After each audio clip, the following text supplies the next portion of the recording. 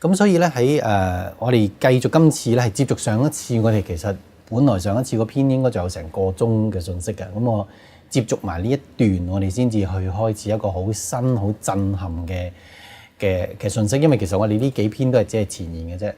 入個 cam 去聽個2012嘅信息嘅人就知道，其實我哋都未叫做入獄㗎嚇，即係真正我哋點計到好多將會發生嘅時間啦。好多好重要嘅，我哋信仰上面一個鼓勵同埋資訊咧，即係其實喺成套信息當中，我哋會陸續去分享嘅。咁而喺上次我哋接續嘅另一個嘅關於占星曲嘅解讀咧，我想喺今次去完成嘅原因就係點解咧？因為肯定咧，如果占星曲係真嘅話咧，咁其實喺資訊上我哋係喺嚟緊呢1-2年咧，會有更多旁支去幫助我哋更加準確知道每年每月每日會發生嘅嘢。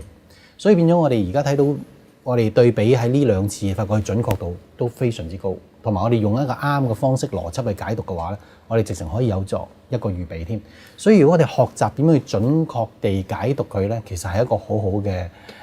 好嘅遊戲，亦可以話係一個好好嘅裝備，有一個好嘅資訊上，使我哋甚至比外邦人、比其他教會或者基督徒更加有智慧，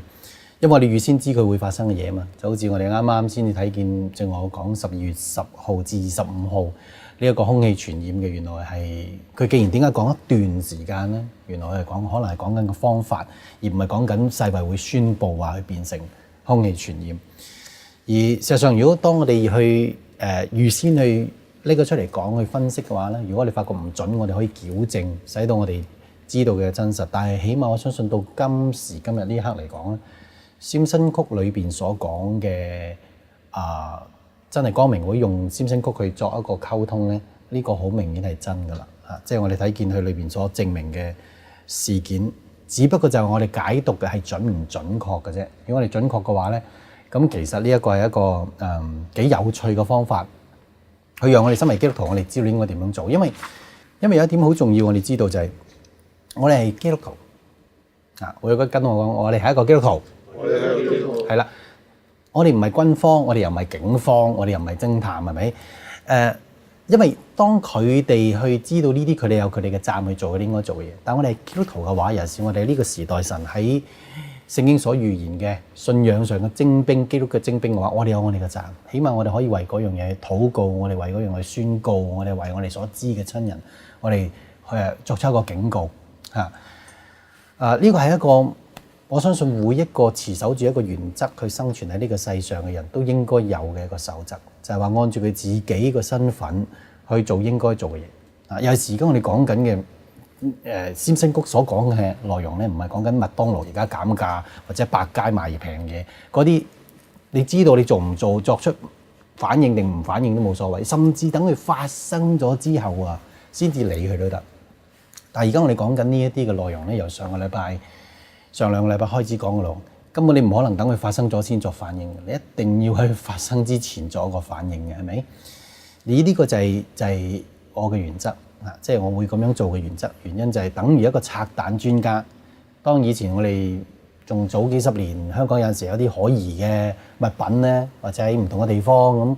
咁可疑懷疑嘅炸彈嘅話咧，我哋見啲拆彈專家都會好小心翼翼去拆佢，係咪？當然有啲係真嘅，有啲係假嘅。但係假嗰啲我哋唔會笑個拆彈專家係傻㗎，我哋唔會話阻止佢去做㗎，我哋會話你政府俾咁多錢去做呢啲嘢，你係傻嘅懵嘅，因為咧你做10次當中先至有5次係真嘅，另外嗰5次都係嘥咗時間。我哋唔會咁講㗎，根本因為嗰樣嘢係可大可小，嗰個牽涉到眾多嘅人嘅生命。而家我哋講緊嘅內容都係，我哋唔係講緊百佳大吉價，我哋唔係講緊麥當勞去送麵包，我哋唔係講緊呢樣嘢。但係你會睇到咧，好多褻慢嘅人咧，就會利用呢個機會去恥笑，因為佢冇諗住負任何嘅責任。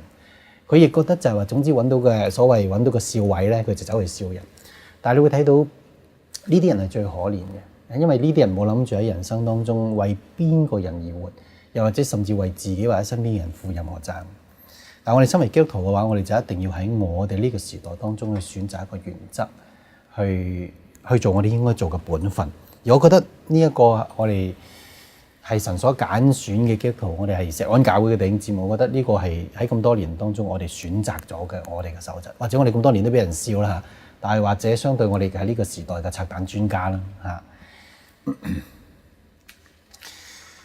所以今次裏邊咧，我哋開始去接觸翻上次我哋講到關於另一個 video， 關於第三次世界大戰嘅一個可能性嘅 video。And forevermore, that's how you move the doomsday clock up to 5 minutes until midnight.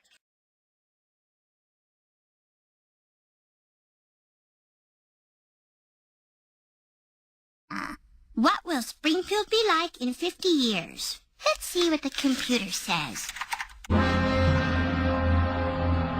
Oh my God! Don't be happy. Don't worry, be.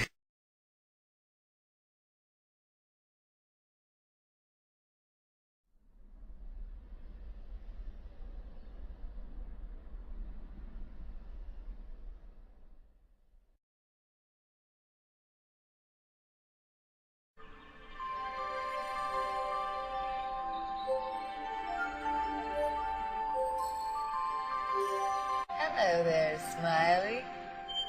Hi, Jane.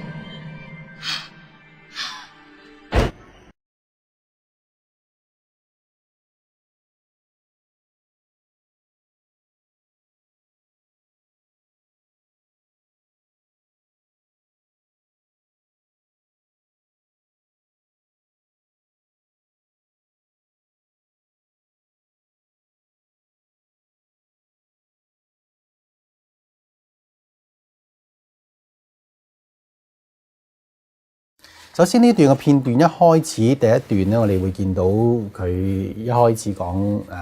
光明會嘅末世終局啦嚇，就係末日嘅製造啦嚇。咁我哋睇到呢段嘅 video，佢第一版嗰度所寫嘅就係日期09年嘅10月18號嘅嚇。咁而家我哋已經20幾號啦嚇，12月20幾號。咁所以我哋睇到佢裏邊係一個已經2個幾月前所講嘅嘢嚟㗎。咁而事實上，好似911事件一樣就我哋重申多一次啊。Simpson Cook佢哋揾到出嚟嘅原因就係發現咧，好多製造呢啲恐怖襲擊嘅呢啲嘅人可能係光明會啦